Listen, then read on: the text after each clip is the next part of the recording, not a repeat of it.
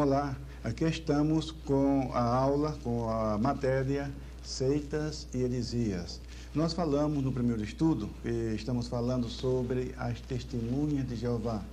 E no primeiro estudo, na parte 1, nós falamos da parte histórica. Usamos a história das testemunhas de Jeová, classificando em 5 períodos, e intercalada com essa história, com esse assunto, nós falamos também das falsas profecias.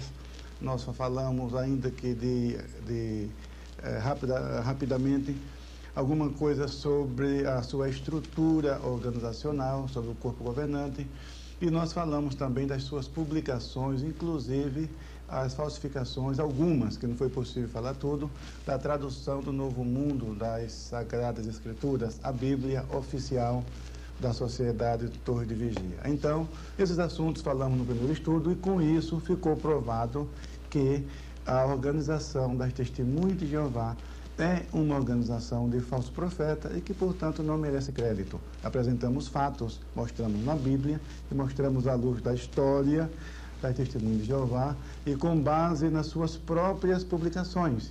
Então, não resta dúvida alguma que realmente não merece crédito essa organização. Agora, estamos indo para a segunda parte. E nessa segunda parte vamos falar de teologia, isto é, doutrina. As doutrinas das Testemunhas de Jeová, ou seja, as crenças das Testemunhas de Jeová. E quando alguém pergunta em que crê as Testemunhas de Jeová, então a resposta mais simples é simplesmente afirmar que basta colocar um não diante de suas crenças, de nossas crenças que se constituem as doutrinas das Testemunhas de Jeová. Por exemplo, eles negam a Trindade. Colocou um não diante da Trindade, isso é a doutrina das Testemunhas de Jeová. Então eu tenho aqui uma lista de alguns pontos doutrinários, alguns pontos teológicos, não só aberrantes, mas heréticos, condenados pela palavra de Deus. Então, a doutrina abrangem, as suas doutrinas abrangem a negação da Trindade, negação da deidade absoluta de Cristo, negação da personalidade e também da deidade, isto é, da divindade do Espírito Santo, também da negação da sobrevivência da alma após a morte, também é doutrina da Testemunha de Jeová, negação do ponto de vista bíblico da redenção, negação da ressurreição corporal de Cristo. Para ele, Jesus não ressuscitou. Jeová clonou uma pessoa que Tomé pensou que era Jesus, mas que não era, que Jesus, ele diz que Jesus de Nazaré não existe. Negam a ressurreição corporal de Cristo, a negação também da salvação fora da sua organização, negação da salvação pela graça através da fé, negação da experiência do novo nascimento para todos os que creem em Cristo, porque elas afirmam que só quem faz parte dos 144 mil pode nascer de novo. Elas são da classe da grande multidão, uma classe inferior, e que, portanto, nenhuma testemunha de Jeová nasce de novo. É doutrina só para os 144 mil, segundo a organização, a Sociedade Torre de Vigia.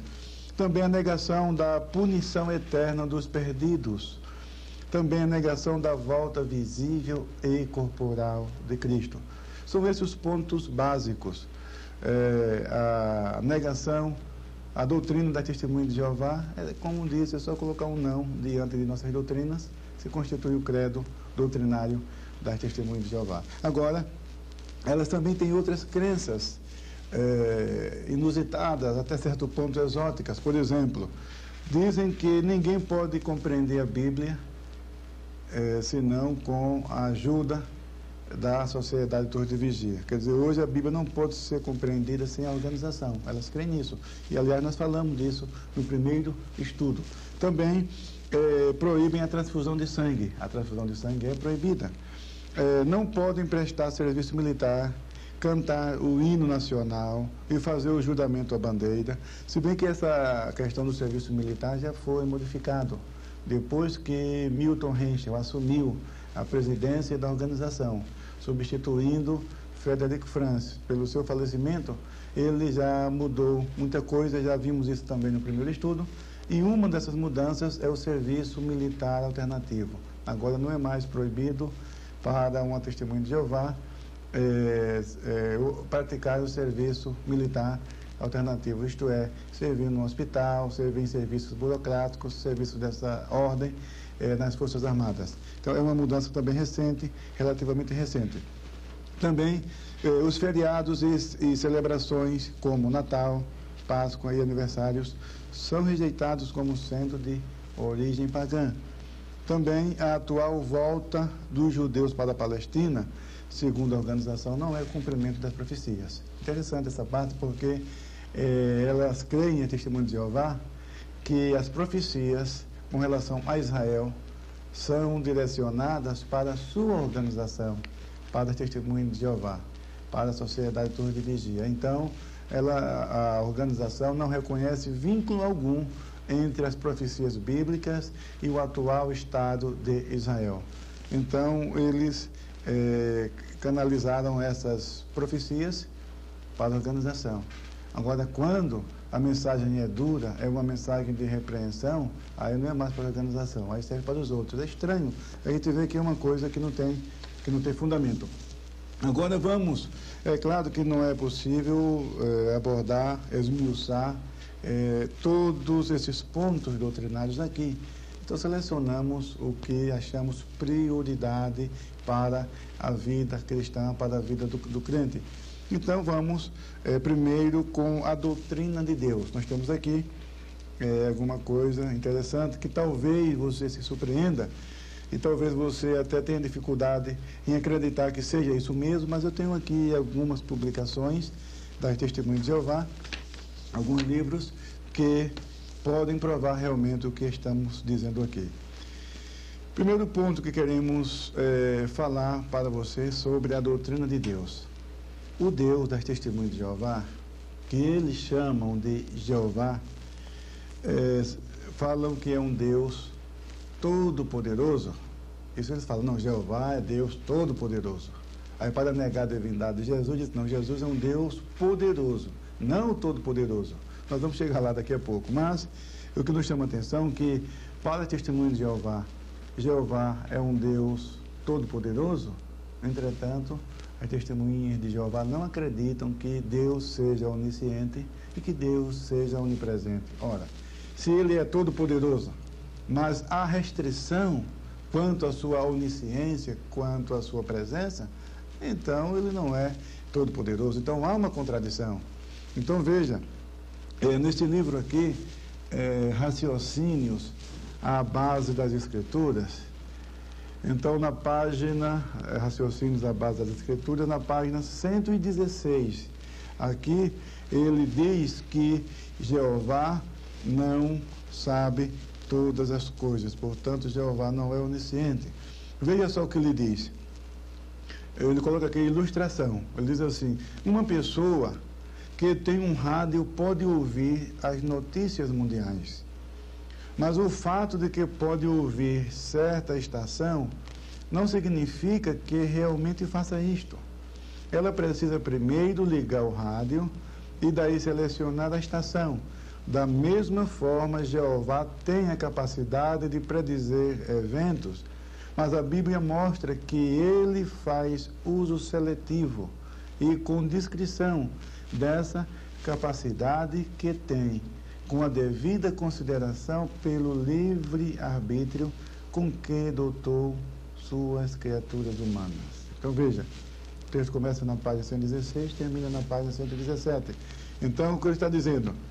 Que assim como você pode ter à sua disposição as notícias veiculadas por diversas estações de rádios, você não pode ouvir todas as notícias, ou seja, todas as estações ao mesmo tempo. Se você quiser saber o que está se passando na outra rádio, você precisa mudar de estação.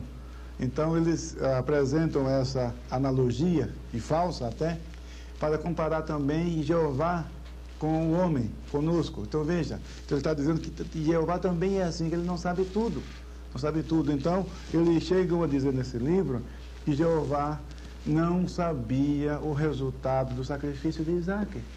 Então pegam textos bíblicos antropomórficos, porque Deus, ele é infinito, ele está muito além da compreensão humana, e muitas vezes os escritores bíblicos usam linguagem chamada linguagem antropomórfica, isto é, linguagem divina à altura do homem, para que o homem possa entender. Então eles pegam uma passagem, por exemplo, como de Gênesis, capítulo 22, versículo 12, quando Deus, Jeová, falou para Abraão, disse, agora sei que temes a Deus. Então, olha aí, está vendo? Ele não sabia, ficou sabendo agora. Tu escuta, mas isso aí é uma linguagem antropomórfica, é muita pobreza analisar uma doutrina desprezando todo o contexto bíblico e se firmar simplesmente em passagens como essa.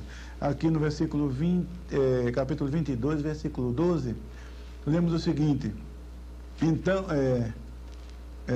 versículo 12, não estendas a tua mão sobre o moço, e não lhe faças nada, porquanto agora sei que temes a Deus, e não negaste o teu filho, o teu único. Então, Jeová não sabia, então, o resultado do sacrifício de Isaac. Não é estranho? Que Deus é esse que não sabe todas as coisas?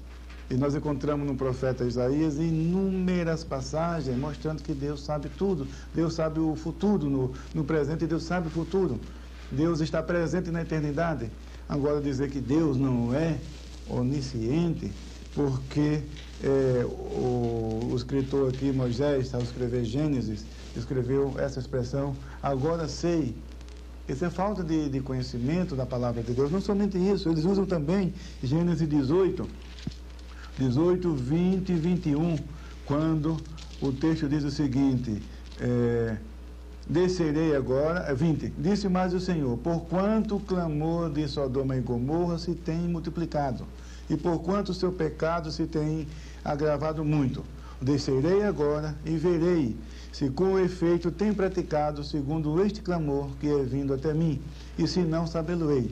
Então veja, ele pega isso aqui e fala que Deus, para saber o que se passava em Sodoma e Gomorra, ele tinha de descer para ver, pelo amor de Deus. Então ele não é todo poderoso, porque todo poderoso significa que não há limites para o seu poder. Então se eles admitem, se é testemunho de Jeová, se elas admitem que Jeová é Deus todo poderoso, e agora diz que ele não sabia nem o que se passava em Sodoma, é falta de entender as figuras de linguagem na Bíblia e a linguagem antropomórfica, como já falei. Então, vamos ver o que diz a Bíblia. Será que Deus, ele sabe todas as coisas? Daniel, no capítulo 2, versículos 20 e 22. Então veja aqui o que diz a palavra de Deus sobre Deus. Então temos que ver, não somente, vamos ler primeiro o Salmo 139, né? Salmo 139 diz assim, Senhor, tu me sondaste e me conheces.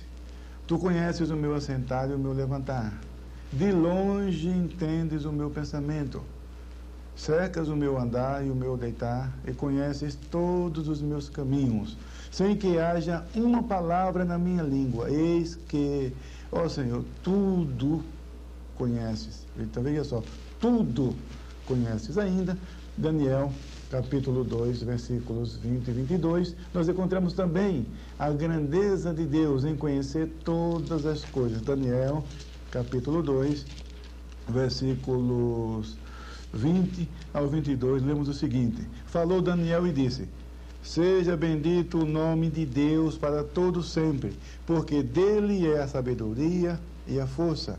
Ele muda os tempos e as horas, ele remove os reis e estabelece os reis. Ele dá sabedoria aos sábios e ciência aos entendidos. Ele revela o profundo e o escondido, e conheces o que está em trevas, e com ele mora a luz. Então veja, Deus, ele é onisciente, ele conhece todas as coisas. Agora, uma pessoa que crê num Deus que não pode prever nem o futuro, então isso aí não passa de um miserável. Não passa de um miserável, porque o nosso Deus, o Deus da Bíblia, ele sabe todas as coisas, porque ele é onisciente. Outro ponto, eles negam que Deus seja onipresente. Está aqui, quero mostrar no livro Estudo Perspicaz, no volume 1 está aqui, página 690. Na página 690. Veja só o que ensina a Sociedade Torre de Vigia. Página 690, negando a onipresença de Deus. Quer dizer, para a organização, o Deus de Jeová é todo poderoso, porém não é onipresente. Olha aqui, está no livro Estudo Perspicaz das Escrituras, no volume 1, página 690, aqui no finalzinho da página, onde está escrito seus atributos. Então ele diz o seguinte: o verdadeiro Deus não é onipresente, porque se fala dele como tendo localização. Então, isso para nós os cristãos é uma blasfêmia. É uma blasfêmia. Falar que Deus não é onipresente. Então, vamos ao que diz a Bíblia, né? A Bíblia é a palavra de Deus. Uma referência só já detona com a Torre de Vigia. O profeta Jeremias, capítulo 23, os versículos 23 e 24, nós lemos o seguinte. Jeremias, capítulo 23, versículos 23 e 24, diz o seguinte: sou eu apenas Deus de perto, diz o Senhor, e não também Deus de longe? Esconder-se-ia alguém em esconderijos, de modo que eu não o veja? Diz o Senhor. Porventura, não encho eu os céus e a terra? Diz o Senhor. Aqui está um exemplo da onipresença de Deus. Deus está em toda parte. Não existe no universo um lugar que alguém possa se esconder de Deus. Isto tem nome, isso se chama onisciência. Isso, ou seja, isso se chama onipresença, está presente em toda parte. Onisciência, conhece tudo, sabe tudo. Onipresença, está presente em toda parte. Então, o Deus da Bíblia é sim onisciente e é onipresente. Mas o Deus da Sociedade Torre de Vigia não é onisciente, não é onipresente, portanto, não pode ser o Deus da Bíblia, o mesmo Deus que nós professamos, que nós servimos. Muito bem. Outro ponto, com relação à doutrina da Trindade. Bom, se o Deus das Testemunhas de Jeová não é o Deus da Bíblia, logo ele não pode mesmo crer na Trindade. Aí tem até uma explicação. Muito bem. Dizem que a Trindade é uma doutrina pagã desenvolvida por Constantino. Isso ensinado no IV século, isso ensinado pelas Testemunhas de Jeová. Então, só que esse argumento é fácil de ser derrubado porque existem tantas doutrinas pagãs que existem similares na Bíblia. Isso não significa que os escritores bíblicos copiaram dos pagãos. É o contrário. Aí que está. É a chamada teologia natural. Teologia natural. Então, o fato de haver ensino similar da Bíblia no meio pagão não significa que seja uma doutrina pagã. Existe em todas as culturas pagãs uma história sobre o dilúvio. Agora vamos dizer que a Bíblia copiou, que a doutrina do dilúvio que nós encontramos na Bíblia é uma cópia do paganismo. Isso é um absurdo. Nós temos lido também na história que o Egito, houve uma época em que o Egito professou uma religião monoteísta. Aí que está.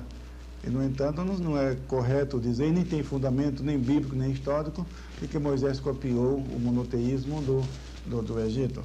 Então, Zoroastro, o fundador do zoroastrismo na Pérsia, na Síria, naquela região, também professava a vinda do Messias. Agora vamos dizer que a esperança messiânica na Bíblia, nos profetas, é uma cópia do paganismo? Não, é um absurdo.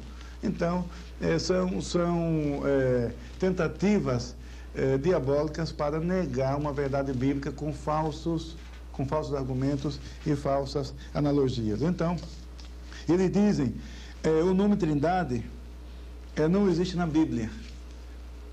Por isso, sim, mas não é porque não existe na Bíblia que não é verdade. Aí que está. Eu gosto muito de usar uma expressão que cabe bem aqui, do Meyer Pillman, no seu livro Conhecendo as Doutrinas da Bíblia. ele usa uma expressão interessante. Ele diz assim: o planeta Júpiter já existia muito antes de receber esse nome. Podemos aplicar isso aqui também na doutrina da Trindade. Trindade é um nome técnico que surgiu já no segundo século, mas ela já existia antes mesmo de receber esse nome. Portanto, esse argumento de que não há o nome Trindade na Bíblia é muito fraco, porque na própria Torre de Vigia tem também nomes que não são bíblicos. Salão do Reino, da Testemunha de Jeová, você não acha na Bíblia também? Onde está escrito na Bíblia Salão do Reino, da Testemunha de Jeová? Não existe também. Onde está escrito na Bíblia Corpo Governante? Você não vai achar também. Onde está escrito na Bíblia Escola Teocrática? Também você não vai achar. Então, não é o fato de uma palavra não existir na Bíblia, ela não vem existir. Muito pelo contrário, a palavra onisciência também não existe na Bíblia. Existe sim títulos de textos bíblicos, mas dentro da Bíblia não. Então, esse argumento também não convence. E também dizem que é uma doutrina incompreensível. Interessante isso, né? Ele diz nesse livro aqui, Raciocínios à Base das Escrituras, que a eternidade de Jeová também é incompreensível. Ele cita até o Salmo 90, versículo 1, versículo 2, e fala que o fato de ser incompreensível não é razão para rejeitar. Agora diz aqui que a Trindade é incompreensível. Sim, ainda que se considere incompreensível, mas nem tudo que é incompreensível é errado. Nem tudo que é incompreensível deixa de ser bíblico. Então é um argumento também muito pobre, que só mesmo aceita os que preferem trevas à luz, simplesmente. Então esses argumentos não procedem. Agora, eu queria falar de um outro assunto importante, ainda sobre a Trindade. Esse material aqui, essa brochura de 32 páginas, intitulado Deve-se Crer na Trindade. Isso aqui é uma aberração da natureza, podemos assim dizer, em termos técnicos, veja só, de pesquisa. Em termos técnicos de pesquisa. Porque, em termos doutrinário, já não é mais uma aberração, já é uma heresia propriamente dita. Aqui nós temos uma coletânea de 135 citações feitas aqui. Então, aqui nessa brochura, eles fazem 135 citações de dicionários, enciclopédias, tratados teológicos, outras obras de um modo geral, periódicos. Então, o que eles fazem? Eles pegam versículos isolados e colocam, e dá até a entender que o autor daquele livro citado está também concordando com ele e também está negando a Trindade. Então, eles tiveram uma ousadia, para que você tenha uma ideia, de citar uma obra. Eu tenho aqui a página, está completa aqui, essa página, mas veja só, eles citam na página 6 dessa brochura, só um exemplo. Eu vou dar 2 exemplos apenas para as 135 citações aqui nessa brochura seguem o mesmo padrão. Vou apenas apresentar 2 exemplos como amostra. Olha aqui, na página. Antes disso, eu queria mostrar o seguinte. Eles colocaram aqui 3 divindades egípcias. Uma tríade, colocou aqui Amon-Ra, Ramsés II e Mut. Amon-Ra, Ramsés II e Mut. Essas 3 estátuas aqui são 3 divindades dentre as muitas divindades do Egito. Aí eles colocam as 3 divindades lado a lado e dizem, olha aí, ó, é pagã, uma doutrina pagã, uma crença pagã. Olha aí, 3, uma tríade. Agora só que tem uma coisa, Trindade é uma coisa e tríade é outra. Então veja que eles usam de má fé. Porque a Trindade nós vamos definir daqui a pouco. A Trindade não é isso aqui.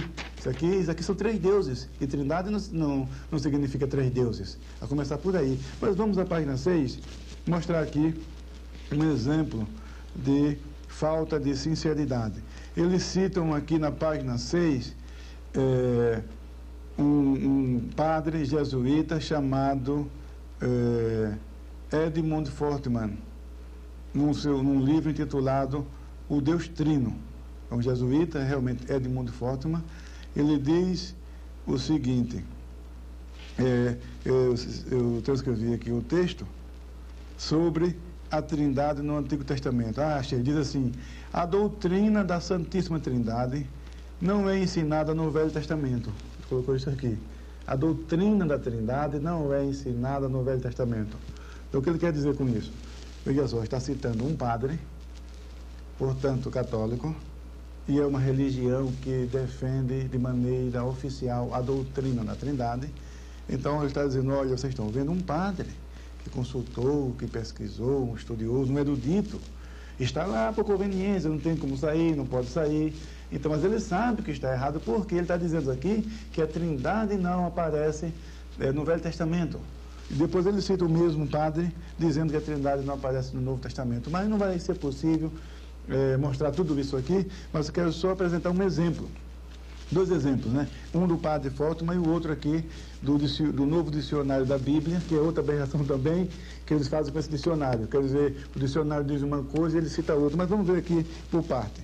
Então, veja só, o padre, ele acrescentou o seguinte: o fato de a palavra Trindade, ou de a doutrina da Trindade não ser conhecida no Velho Testamento, para nós não há nenhuma novidade, todos nós sabemos disso. Todos nós, por quê? Porque o Novo Testamento tornou explícito o que dantes estava implícito no Novo Testamento, no Velho Testamento. Então, aquilo que estava implícito no Antigo Testamento, o Novo Testamento tornou explícito com a manifestação do Filho de Deus, com a descida do Espírito Santo. Então, o que estava oculto foi revelado, mas ela existia. Ela existia. Agora, é claro que o hebreu da época do Antigo Testamento não conhecia mesmo essa doutrina. Por quê? Porque a revelação não tinha se completado ainda. Isso não nega a doutrina da Trindade em nada, não veio nenhum problema quanto a isso. Muito bem, mas eles citam essa passagem, fazem essa colocação, já com outra versão, com outra intenção, dizer que não é uma verdade bíblica. É isso que eles querem dizer. Mas, a parte desse assunto, vamos ao que mais nos interessa aqui, nessa citação do jesuíta. Então, ele, veja só, colocou essa citação aqui, que vou repetir: a doutrina da Santíssima Trindade não é ensinada no Velho Testamento. Só que o mesmo parágrafo acrescenta o seguinte: talvez se possa dizer que alguns desses escritos, isto é, o escrito do Velho Testamento, né, que alguns desses escritos sobre palavra, sabedoria e espírito realmente proviam um clima no qual a pluralidade dentro da deidade fosse concebível aos judeus. Então, veja, ele citou só a parte que interessa. Quer dizer, arrancando, isso se chama contexto, citação fora do contexto. Quer dizer, o que Fátima está dizendo? Que a palavra, que a Trindade, que a doutrina da Trindade não é ensinada no Velho Testamento, mas diz: talvez se possa dizer que alguns desses escritos, são os escritos do Velho Testamento, sobre palavra, sabedoria e espírito, realmente proviam um clima no qual a pluralidade dentro da deidade fosse concebível aos judeus. Por que ele não colocou isso? Por que ele não citou? Porque se ele citar isso aí, vai arrebentar com o argumento dele. Quer dizer, só isso aqui, por si só, já destruiria o argumento da torre de vigia. Então, isso aí eles escondem, pegam só uma parte. Esse é um exemplo. Você quer ver outro? Aqui está. Ele cita na página, aqui na mesma página, o novo dicionário, no dicionário de teologia, novo dicionário da Bíblia, é esse aqui. Sabe o que ele ensina? Ele cita um interessante, só uma parte desse dicionário. Eu vou até ler aqui no verbete Trindade. Eu não vou nem citar a página, porque esse dicionário existe em 3 volumes, em 2, então a paginação não vai ser tão fácil. Vamos usar na letra T, o verbete Trindade. Então, veja só, a torre de vigia, ela fez a citação, mas ela citou da seguinte forma. Diz assim: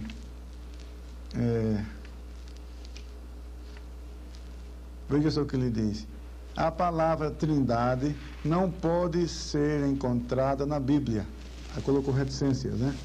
Não encontrou lugar formal na teologia da igreja, senão já no 4º século. Então, é isso que ele diz aqui, Tá certo? Então, vou repetir. A palavra Trindade não pode ser encontrada na Bíblia. Aí colocou umas reticências, né? Deu um espaço. Aí depois continuou. Não encontrou lugar formal na teologia da igreja, senão já no quarto século. Agora, por que essa declaração interessa para o Testemunho de Jeová? Para que os seus leitores pensem que a doutrina da Trindade é uma doutrina de Constantino a partir do Concílio de Nicéia, a partir do quarto século. Para colocar na mente da Testemunho de Jeová, de seus leitores, essa ideia. Só que eles omitiram uma parte que diz assim, veja só, eu vou ler aqui o texto no próprio dicionário. Diz o seguinte, na palavra Trindade, está aqui. A palavra Trindade não pode ser encontrada na Bíblia. Aí aqui na citação, na brochura, ele colocou reticências. Agora eu vou preencher essa lacuna que eles não tiveram coragem e nem a honestidade também de fazer a citação completa. Olha a outra parte como diz. E embora tivesse sido empregada por Tertuliano, na última década do segundo século da nossa era, vírgula. Isso aí ele omitiu. Aí colocou, não encontrou lugar formal na teologia da igreja, senão já no quarto século. Então está aqui, tá certo? Para quem quiser ver. Então, citou, fez a citação do dicionário, abriu uma lacuna, um espaço, colocou a segunda parte da citação e omitiu. Por que ele omitiu essa segunda parte? Omitiu porque, se colocar, aí ele não pode dizer mais que é uma doutrina de Constantino e que é uma doutrina do quarto século, porque Tertuliano, no final do segundo século, ele diz aqui, portanto, entre o ano 190 e o ano 200 da era cristã, Tertuliano já usou essa expressão trinitas, que é trindade, em latim, trinitas. Então, como pode ser uma doutrina de Constantino do quarto século, se já era conhecida por Tertuliano? Por isso que ele omitiu, tirou do contexto. Então, como a brochura aqui não apresenta bibliografia, faz a citação, mas não diz a fonte, não diz o número da página, não diz a editora, não diz nada. Isso dificulta para a pessoa pesquisar, ainda mais Testemunho de Jeová, que é proibida de consultar outras obras, que ela não pode duvidar do corpo governante, ela se sente como uma Testemunho de Jeová, se sente um traidor se duvidar do corpo governante. Então, tem crise de consciência. Então, elas não vão consultar, porque eles acreditam no que eles colocam aqui. Mas aqui nós temos a lista, 135 citações, está aqui, ó, numerado, aqui tem a fonte. Tem o nome da obra, o autor, a editora, a edição, o ano e o número da página. São 135 citações. E todas elas são assim. Aqui nós temos apenas essas duas amostras, para que você saiba quem são as Testemunhas de Jeová, os membros do corpo governante. Não as Testemunhas de Jeová em si, porque elas são vítimas, são enganadas pela organização. Muito bem. Outro ponto que queremos falar sobre a Trindade, a definição da Trindade, né?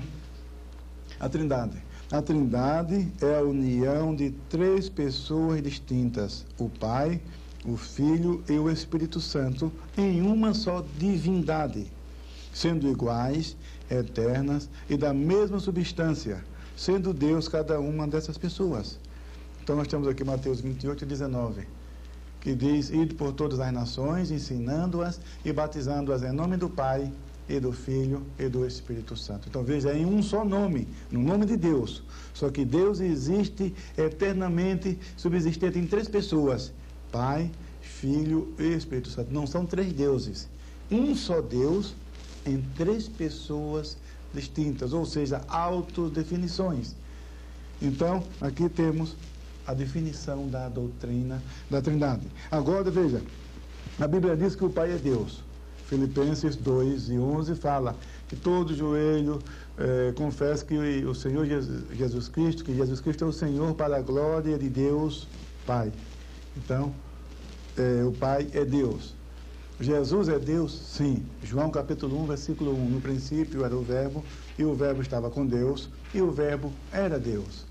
Nós já estudamos, vimos no primeiro estudo, pelo menos duas referências bíblicas, três, além de João 1 e 1, mais duas, como Tito 2:13, e segunda epístola do apóstolo Pedro, no capítulo 1, versículo 1, que Jesus é chamado de nosso Deus e Salvador.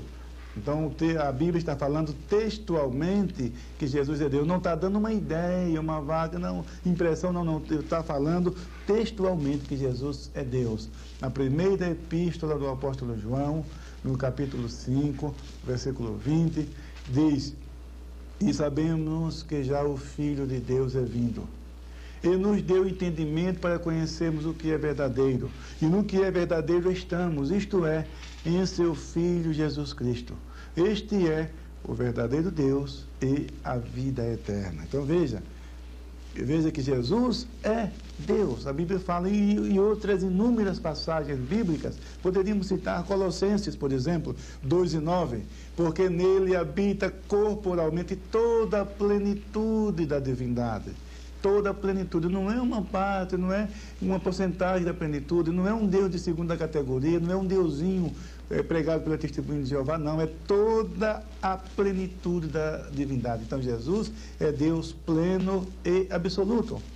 E da mesma forma encontramos também o Espírito Santo. Nós temos aqui, podemos ler Atos dos Apóstolos, no capítulo 5, aí que está, capítulo 5, versículos 3 e 4, um exemplo.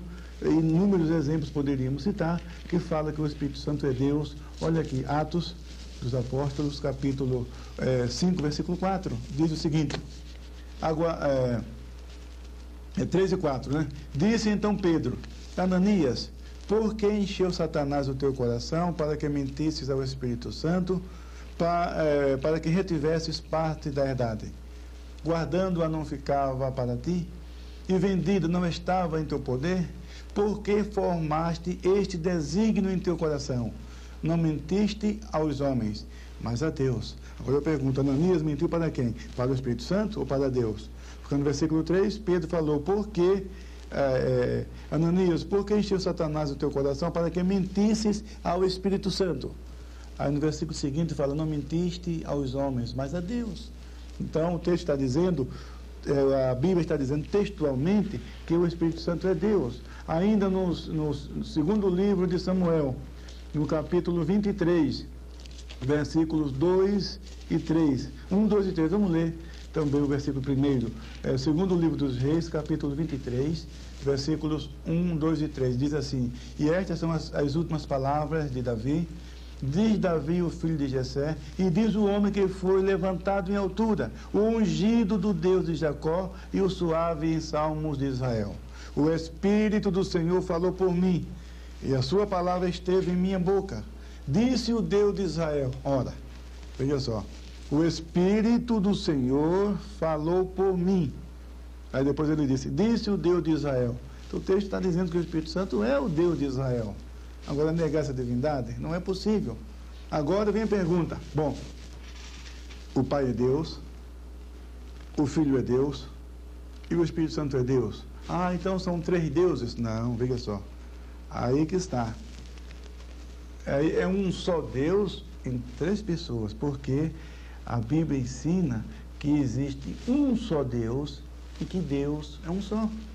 Deuteronômio 6 e 4. Ouve, ó Israel, o Senhor nosso Deus é o único Senhor. Jesus ratificou essa crença, que aliás é o credo judaico, confissão de fé judaica. O judeu religioso recita esse versículo 3 vezes ao dia. Shema Israel, Adonai Eloheinu, Adonai Errad. Adonai porque ele não pronunciou o nome Jeová, nem Yahvé. Então, ouve Israel, o Senhor nosso Deus é o único Senhor. E Jesus citou em Marcos, no capítulo 12, versículo 29, Jesus citou esse versículo como parte do primeiro e grande mandamento. Então, veja, mas essa doutrina, quando Jesus citou essa passagem em Marcos 12, 29, ele estava ratificando o monoteísmo judaico. Portanto, o cristianismo é uma religião monoteísta. Não somente Jesus pregou o monoteísmo, a crença em um só Deus, como os apóstolos também. Paulo fala em 1 Coríntios, capítulo 8, versículo 6, mas para nós há um só Deus e Pai. Então, o monoteísmo é uma doutrina cristã. Então, como explicar essa situação? A Trindade.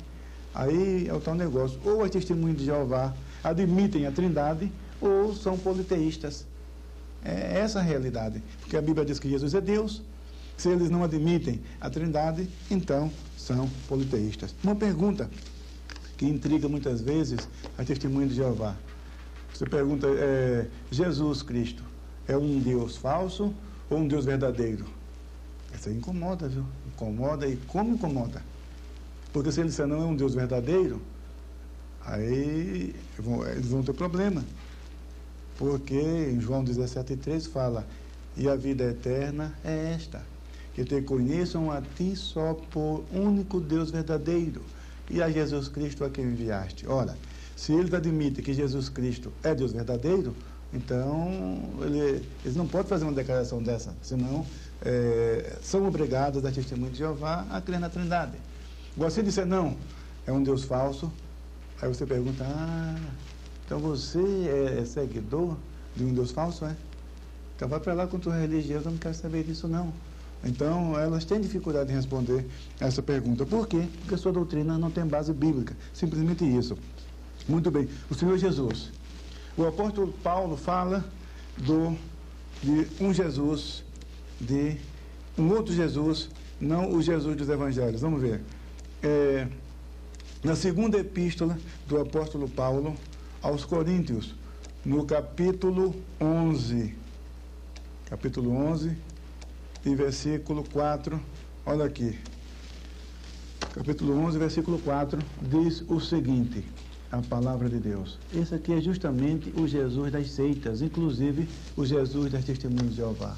Diz assim, porque se alguém for pregar-vos outro Jesus, que nós não temos pregado, ou se recebeis outro Espírito, veja só, que não recebestes, ou outro Evangelho, que não abraçastes, com razão o sofrereis. Então veja que o Jesus da Testemunha de Jeová não é o Jesus da Bíblia. Por quê? Vamos por parte. O Jesus da Bíblia é Deus. Já citamos aqui inúmeras referências bíblicas. E não somente, interessante, não somente os textos que falam expressamente, textualmente que Jesus é Deus, como também os atributos da divindade. A Bíblia diz que Jesus é eterno, a Bíblia diz que Jesus é onisciente, que Jesus é onipresente, que Jesus é o Criador do céu e da terra. Então, todos os atributos da divindade nós encontramos na pessoa de Jesus. É adorado, aí que está. Então, o que acontece? Testemunho de Jeová dizem que Jesus Cristo é igual a Satanás. Dá para engolir essa? Para mim, isso é um desrespeito, uma afronta. Isso é uma afronta. Aí você vai dizer, mas isso não é verdade. O pastor Ezequias está inventando, não. Está no livro, poderá viver para sempre no paraíso na terra. Não tenho aqui porque não é possível trazer todos os livros. Mas é fácil de adquirir. Um livro que saiu de circulação não faz muito tempo. Poderá viver para sempre no paraíso na terra. Na página 40, eles fazem essa declaração que Jesus é igual a Satanás. Mas a Bíblia diz que Jesus é igual ao Pai. Olha aí. É a palavra de Deus, é a palavra do corpo governante. Você fica com quem? Eu fico com a palavra de Deus. A Bíblia diz, está aqui no Evangelho de João, no capítulo 5. Capítulo 5 e os versículos... temos aqui 18, Evangelho de João, capítulo 5, versículo 18, e também capítulo 14 e versículo 9. Essas duas passagens bíblicas afirmam que Jesus é igual ao Pai. Ele não é igual a Satanás, não. Esse aí é o Jesus da Testemunha de Jeová, não é o Jesus da Bíblia. Outra afronta também que eles levantam, que eles falam de Jesus. Eles dizem que Jesus é o anjo destruidor, o Abaddon de Apocalipse 9:11. Tem essa ainda. O Abaddon de Apocalipse 9:11, não, acho que é 9:16, né? Deixa eu dar uma olhada, deixa eu dar uma conferida aqui. Aqui no texto está 9:11, mas acho que é 9:16. Eu posso conferir isso já. É o seguinte, é o 11 mesmo, 9:11. E tinham sobre si o anjo do abismo. Em hebreu era o seu nome Abaddon e em grego Apolion. Então, visto no livro intitulado revelação, seu grandioso clímax está próximo. Publicação da Sociedade Torre de Vigia. Neste livro aqui, Provas Documentais, neste livro Provas Documentais, temos a facsímile, a foto dessa página, onde eles afirmam que Jesus é o anjo destruidor, o Abaddon. E Jesus disse que o destruidor é o diabo. João capítulo 10, versículo 10. O diabo não vem senão para roubar, o ladrão não vem senão para roubar, para matar e para destruir. Mas Jesus disse: eu vim para que tenham vida e a tenham com abundância. Portanto, o nosso Jesus não é isso que a testemunha de Jeová diz, não. Ele é o príncipe da vida. Aí que está. O destruidor é o diabo, isso sim. Então, é outra afronta também das testemunhas de Jeová contra o Senhor Jesus. Outra declaração também que eles falam é que o Jesus de Nazaré não existe. Diz: Jesus morreu, acabou. Aí Jeová clonou. É interessante o argumento que eles apresentam, né? Sabe o que eles dizem? Por que Maria Madalena não reconheceu Jesus no túmulo, naquela madrugada de domingo? Por quê? Olha aí, está vendo? Porque não era ele. Se fosse ele, ela teria reconhecido. É porque era outra pessoa que Jeová criou, parecido com ele. Por isso que ela não reconheceu. Ah, pelo amor de Deus, vem para mim com essa. Nem é necessário ser muito inteligente para ver a falácia desse argumento. Primeiro, mesmo que isso fosse verdade, então Jeová não teria poder para fazer um igual. Então ele não teve capacidade de fazer um igual. Bom, se bem que o Jeová dele mesmo, ele fala que não pode todas as coisas, não fala que não é onisciente nem onipresente, quem sabe não soubesse fazer uma clonagem, né? Muito bem. Mas, por que Maria não reconheceu? O versículo 1º do mesmo capítulo diz: porque ela estava escuro, de manhã cedo, ainda escuro, ela foi ao sepulcro, por isso que ela não reconheceu que o lugar estava escuro. Agora, usar isso como argumento para negar a doutrina vital, a coluna vertebral do cristianismo. O apóstolo Paulo disse: se Cristo não ressuscitou, é vã a vossa fé e permaneceis ainda nos vossos pecados. E nós somos considerados falsas testemunhas, porque pregamos que Jesus ressuscitou. Se na verdade ele não ressuscitou, então está tudo perdido, voltamos a estaca zero. É isso que o apóstolo Paulo diz em 1 Coríntios, capítulo 15, a partir do versículo 17. Então, eles negam a ressurreição corporal de Jesus. Outra coisa também, eles dizem que Jesus é o arcanjo Miguel. Eles dizem que Jesus é o arcanjo Miguel. Interessante que no final do século passado, eu tenho aqui, está no livro Provas Documentais, um ponto interessante. Lá na revista Watchtower, de 1879, no ano da primeira edição dessa revista, afirma que Jesus não é Miguel. E sabe qual é a razão apresentada na Watchtower, na Sentinela, para justificar isso? É que Jesus é adorado e Miguel não pode ser adorado porque Miguel é anjo. Aí, na virada do século, no livro que nós mostramos no primeiro estudo, O Mistério Consumado, The Finished Mystery, na página, se não me falha a memória, 188, lá ele afirma que Miguel é o Papa de Roma. Agora afirmam que Miguel é Jesus. Agora, no livro Poderá Viver para Sempre no Paraíso na Terra, na página 32, parágrafo 19, lá diz assim: não pode haver duas verdades quando uma não concorda com a outra. Ou uma ou outra é verdadeira, mas não ambas. Crer sinceramente numa coisa e praticá-la não a torna verdade se realmente não for verdadeira. Então veja que não pode haver duas verdades quando uma não concorda com a outra. Aí você pergunta para a testemunha de Jeová: qual é a verdade que vocês pregavam? A do final do século passado? Que Jesus não é Miguel? A do início do século? Miguel é o Papa de Roma? Ou a atual? Então é um problema. Um problema. Isso não é luz progressiva, não. Isso não é luz progressiva, não. Isso é realmente erro doutrinário. Então, eles dizem que Jesus é Miguel. E a Bíblia diz que Jesus é Criador e Miguel é criatura.